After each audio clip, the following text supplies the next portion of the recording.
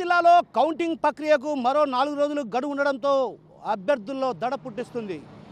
మరోవైపు అటు కౌంటింగ్కు సంబంధించి ప్రత్యేకించి ఇక్కడ 4 అంచెల భద్రతా వ్యవస్థను కూడా ఏర్పాటు చేయడం జరిగింది. మనం చూడొచ్చు, ప్రధానంగా కౌంటింగ్ కేంద్రం వద్ద ముళ్ళ కంచెలను కూడా ఏర్పాటు చేశారు. మరోవైపు 112 సీసీ కెమెరాల నిఘా పర్యవేక్షణతో పాటు అటు భారీ పోలీస్ బందోబస్తు మధ్య ఇక్కడ పహారా కాస్తున్న పరిస్థితి. అయితే మరో 4 రోజుల్లో కౌంటింగ్ ప్రక్రియ ప్రారంభం కానుంది. ఈ నేపథ్యంలో కౌంటింగ్ హాల్ వద్ద ఎలాంటి భద్రతా చర్యలు తీసుకున్నారన్నటువంటి విషయం మనతో పాటు మాట్లాడడానికి ఏఎస్పీ గారు ఉన్నారు. ఆయన అడిగి తెలుసుకునే ప్రయత్నం చేస్తారు. సార్ చెప్పండి, ఎలాంటి చర్యలు తీసుకుంటున్నారు, ఏంటి అసలు కౌంటింగ్ రోజు ఏంటి ఆంక్షలు?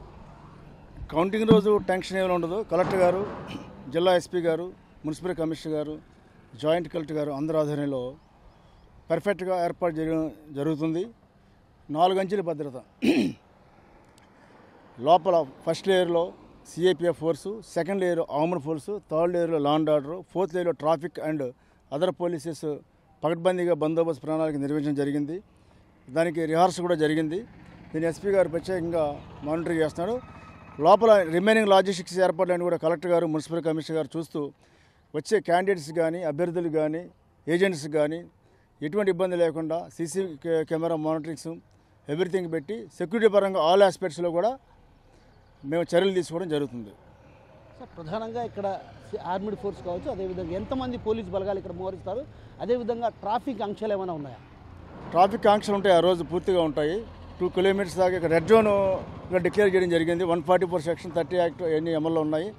ఇక్కడ ఎటువంటి డ్రోన్స్ కానీ ఫ్లై చేయకూడదు. ముఖ్యంగా ప్రజలందరికీ గమనించాలని కోరుచున్నాం. ఆకతాయిలు కానీ, ఎటువంటి పొలిటికల్ పార్టీస్ కానీ, ఎటువంటి ఫంక్షన్స్ కానీ డ్రోన్స్ మాత్రం ఈ 2 కిలోమీటర్స్ జోన్లో కానీ అది చట్టపరంగా చర్యలు తీసుకుంటాం మేము.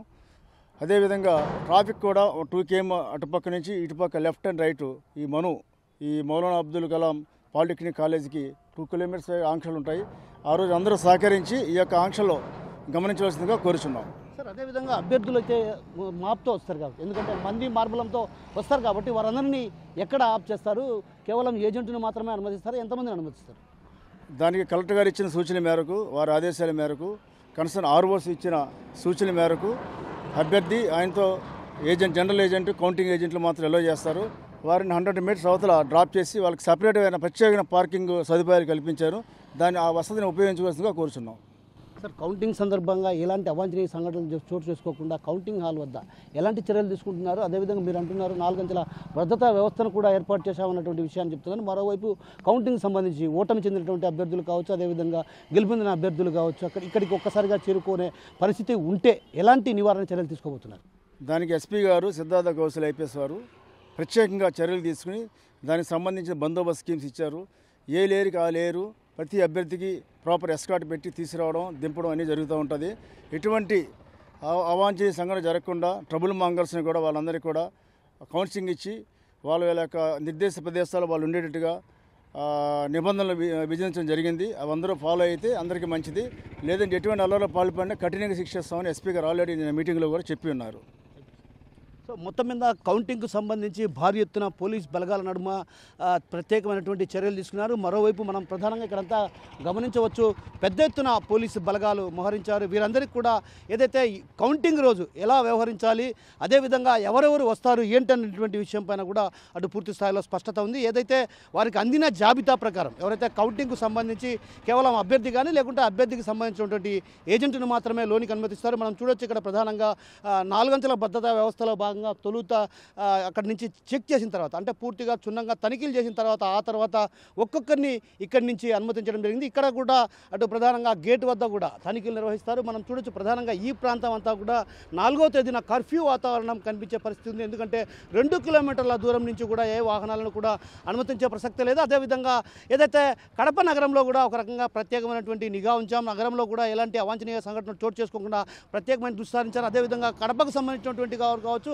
కడప జిల్లా వ్యాప్తంగా 2024లో జరిగినటువంటి అల్లర్ల ఘటనలో దాదాపు 40 మంది పైన రౌడీ షీట్ తెరచడం జరిగింది. అంటే 2014, 2019, 2024 సంవత్సరంలో దాదాపు 1632 మంది పైన రౌడీ షీట్లు అంటే ఉమ్మడి కడప జిల్లాలో నమోదు చేయడం జరిగింది. అయితే వీరందరికీ కూడా ఇప్పటికే హెచ్చరికలు జారీ చేశారు. వారందరూ కూడా కొందరిని ఊరు వదిలి వెళ్ళిపెట్టాలి అంటే జిల్లా బహిష్కరణ చేయడం జరిగింది, మరికొందరిని గృహ నిర్బంధం చేయడం జరిగింది. అయితే ఈ నేపథ్యంలో అల్లర్లు జరుగుతున్నటువంటి నేపథ్యంలో కూడా ఒక్కసారిగా కూడా ఎన్నికల కమిషన్ కూడా సీరియస్గా తీసుకోవడం జరిగింది.